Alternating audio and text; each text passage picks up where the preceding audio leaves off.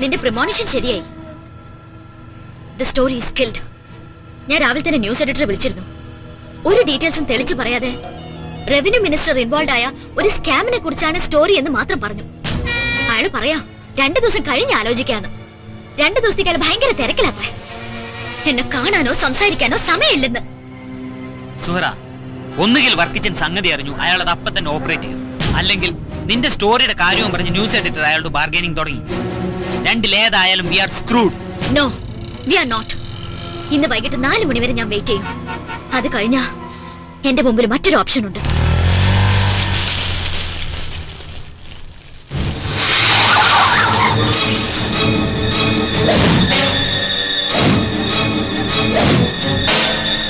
നീ ആർക്കാ മെസ്സേജ് അയക്കുന്നത്? പറയാം.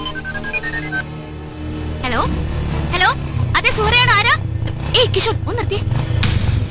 ഏയ് ഹാരിസ്, where are you? എത്ര നാളായിട്ട് തന്റെ ശബ്ദം കേട്ടിട്ട്. പറ പറ.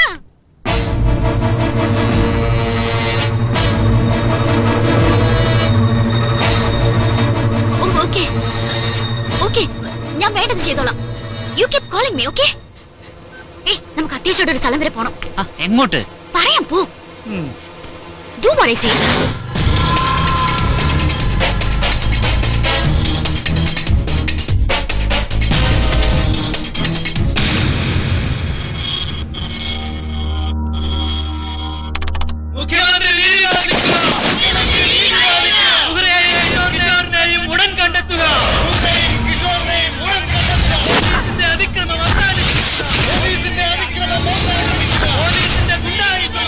ഏഷ്യ വിഷൻ റിപ്പോർട്ടേഴ്സായ സുഹറ അഹമ്മദിനെയും കിഷോർ കുമാറിനെയും കാണാതായിട്ട് 24 മണിക്കൂർ കഴിഞ്ഞിരിക്കുന്നു.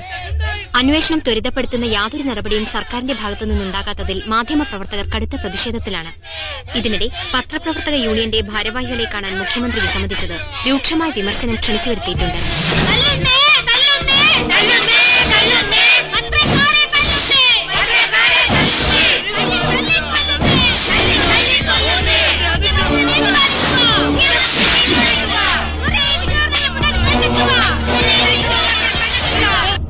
പത്രധർമ്മം, ഫോർത്ത് എസ്റ്റേറ്റ് എന്നൊക്കെ പറഞ്ഞു മാറി ക്ലിഫ് ഹൗസിന്റെ ഗേറ്റും തള്ളി തുറന്ന് അക്രമത്തിന് വന്നാ പിന്നെ പറ, ഞാൻ എന്നെ കയ്യും കെട്ടി നോക്കി നിൽക്കണോ?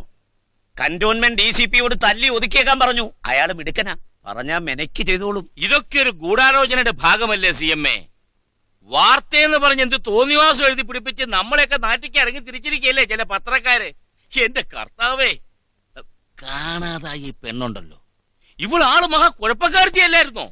അല്ല, CMനും എനിക്കൊക്കെ ആയിട്ട് കുറെ പണി വന്നിട്ടുള്ളവളാ ഇവള്. എൻക്വയറി ഏതെങ്കിലും ഒരു തോലനെ പിടിച്ചേൽപ്പിക്കാമെന്ന് വെച്ചാൽ അവിടെയും ഉണ്ട് ഈ പത്രക്കാർക്ക് ഡിമാൻഡ്സ്.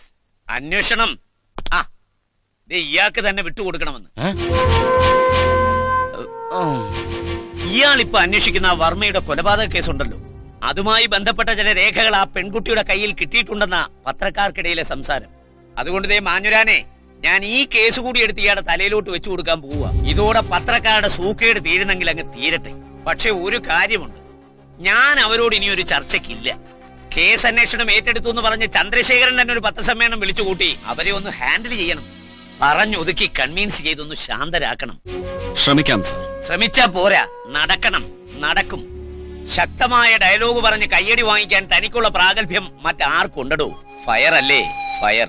കുഞ്ഞെ ചന്ദ്രശേഖരോ, ഞാൻ നോക്കിയിട്ട് തനിക്കിത് ഈസി കേസാ. ഈ കാണാതായ പെൺകുട്ടിയും ചെറുക്കനും തമ്മിൽ ലെപ്പായിരുന്നു എന്നാണ് എനിക്ക് കിട്ടിയ റിപ്പോർട്ട്. അതുങ്ങള് വീട്ടിലറിയാതെ ഒളിച്ചോടി വല്ല ഊട്ടിയിലോ കൊടൈക്കനാലോ ഒക്കെ കറങ്ങി 2-3 ആഴ്ച കഴിയുമ്പോൾ താനെ ഇങ്ങ് തിരിച്ചു വരും. സാറ് പറയുന്നത് പോലെ ഒരു പെൺകുട്ടി അല്ല സുഹറ അഹമ്മദ്. സാറും CMO ഒക്കെ സുഹറയുടെ വാപ്പയറി. അഹമ്മദ് സാഹിബ്, വിവേകം അഹമ്മദ് സാഹിബ്. കഷ്ടിച്ചൊരു പരിചയം ഉണ്ടായിരുന്നു അയാൾ ആ വിവേകം പത്രം നടത്തിയിരുന്ന കാലത്ത്. അല്ല, അങ്ങനെ കഷ്ടിച്ചുള്ള ഒരു പരിചയമായിരുന്നില്ല നിങ്ങൾ തമ്മിലുണ്ടായിരുന്നത്. പുത്തൻ ആശയങ്ങളും പുത്തൻ സ്വപ്നങ്ങളും പുത്തൻ മൂല്യങ്ങളും പ്രവർത്തകർക്ക് പകർന്നുകൊടുത്ത് പാർട്ടിക്കുള്ളിൽ പ്രശസ്തിയും പദവിയും അങ്ങ് പിടിച്ചെടുത്ത കാലം.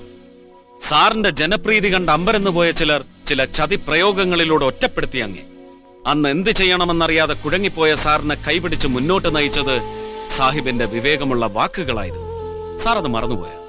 പിന്നെ വർഷങ്ങൾക്ക് ശേഷം മുന്നണി രാഷ്ട്രീയത്തിന്റെ പിന്നാമ്പുറങ്ങളിലെ ഏറ്റവും സൂത്രശാലിയായ സൂത്രധാരൻ എന്ന വിശേഷണം അങ്ങേക്ക് ആദ്യമായി ചാർത്തി തന്നതും അഹമ്മദ് സാഹിബായിരുന്നു. In an editorial written in 1985. Sir അതും മറന്നുപോയോ?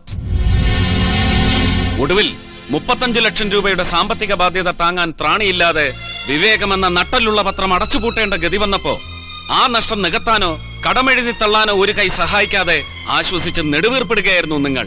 അന്നത്തെ ഫിനാൻസ് മിനിസ്റ്റർ. അക്ഷരത്തെ മാനിക്കുന്നവരെല്ലാവരും ഇന്നും നന്ദിയോടെ സ്മരിക്കുന്ന അഹമ്മദ് സാഹിബിന്റെ തീയുള്ള ചോര ഞരമ്പിലോടുന്ന മകളാണ് സർ സുഹറ. ഊട്ടിയിലോ കൊടൈക്കനാലിലോ ഇപ്പൊ കാമുകനുമൊത്ത് രഹസ്യമായി മധുവിധു ആഘോഷിക്കുന്നുവെന്ന് നിങ്ങൾ പറയുന്ന സുഹറ അഹമ്മദ്. ആനപ്പുറത്ത് കയറിയ മഹിമത് അന്തയ്ക്കുണ്ടെന്ന് വെച്ച് മോളുടെ അവിടെയും തഴമ്പ് കാണുമെന്ന് പറയുന്ന തന്റെ ന്യായമുണ്ടല്ലോ, അതെനിക്ക് തീരെ മനസ്സിലാവില്ല സർ. സാറിനോ സാറിന്റെ മകൻ യുവതുർക്കി ജേക്കബ് വർക്കിക്കോ ആ ന്യായം തീരെ മനസ്സിലാവില്ല. അത് മനസ്സിലാവണമെങ്കിൽ ശരീരത്തിലോടുന്ന ചോരയ്ക്ക് തനിമയും ശുദ്ധിയും വേണം.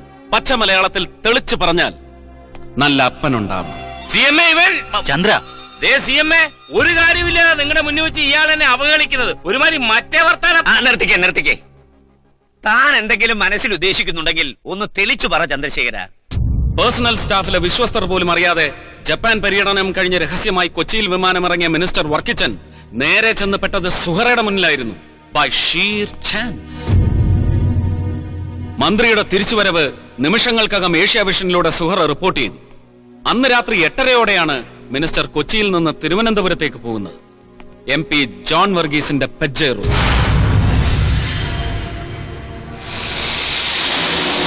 റൈറ്റ്?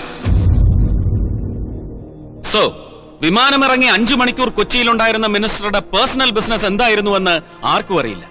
സുഹറെ പോലെ ഡ്രൈവും പാഷനുമുള്ള ഒരു ജേർണലിസ്റ്റ് അത് അന്വേഷിക്കും, സ്വാഭാവികം. താഞ്ചുമ വെറുതെ ഓരോന്ന് ഊഹിച്ച് വെറുതെ CMA. And now this. ഇന്നലെ രാവിലെ 7:05 എന്റെ മൊബൈലിൽ സുഹറ ഒരു മെസ്സേജ് അയച്ചിരുന്നു. അന്ന് വൈകുന്നേരം 5 മണിക്ക് എന്നെ നേരിൽ കണ്ട് എന്തോ സുപ്രധാന വിവരം കൈമാറാനുണ്ടെന്ന്. സർ, ഒരു മാധ്യമ പ്രവർത്തക ലോകത്തിൽ ഏറ്റവും വിലപ്പെട്ടതായി കരുതുന്നത് എന്താണ്? ഇൻഫർമേഷൻ. Vital information. അത്രയ്ക്ക് വിലപിടിച്ച ഇൻഫർമേഷൻ ഒരു പോലീസ് ഓഫീസർക്ക് കൈമാറുന്നതിന് മുമ്പ് അത് സ്വന്തം ചാനലിലൂടെ പുറത്തറിയിക്കാൻ ശ്രമിക്കും സുഹറെ പോലെ സാമർഥ്യമുള്ള ഒരു ജേർണലിസ്റ്റ്. മന്ത്രിയുടെ തിരിച്ചുവരവ് റിപ്പോർട്ട് ചെയ്ത് അതേ ചടുലതയോടെ. പക്ഷെ അതിനുള്ള സമയവും സാവകാശവും അവർക്ക് കിട്ടിയില്ല. She just vanished into thin air. അങ്ങനെ പലയിടത്തായി ചിതറിക്കിടക്കുന്ന പത്തും പലതും കൂട്ടിവായിച്ചുണ്ടാക്കുന്ന കഥയ്ക്ക് ഒരു വമ്പൻ പൊളിറ്റിക്കൽ ക്രൈമിന്റെ ചൂടും ചൂരുമുണ്ടെങ്കിൽ it's just the logical culmination of a vicious sequence. ഏത് കേസും മിനിറ്റുകൾ കൊണ്ട് തെളിയിക്കുന്ന തന്റെ പാടവത്തെ കുറിച്ച് ഒരുപാട് കേട്ടിട്ടുണ്ട് ഞാൻ. ഇവിടെയും അത് അങ്ങനെ ആയിരിക്കുമെന്ന് ഞാൻ പ്രതീക്ഷിക്കുന്നു. സർ, വർമ്മയുടെ കേസിൽ മാഞ്ഞുരാൻ ഞാനൊരു സമയപരിധി നൽകിയിട്ടുണ്ട്. 14 ദിവസം. അതിലിനി 9 ദിവസം കൂടി ബാക്കിയുണ്ട്. All the best. Thank you sir.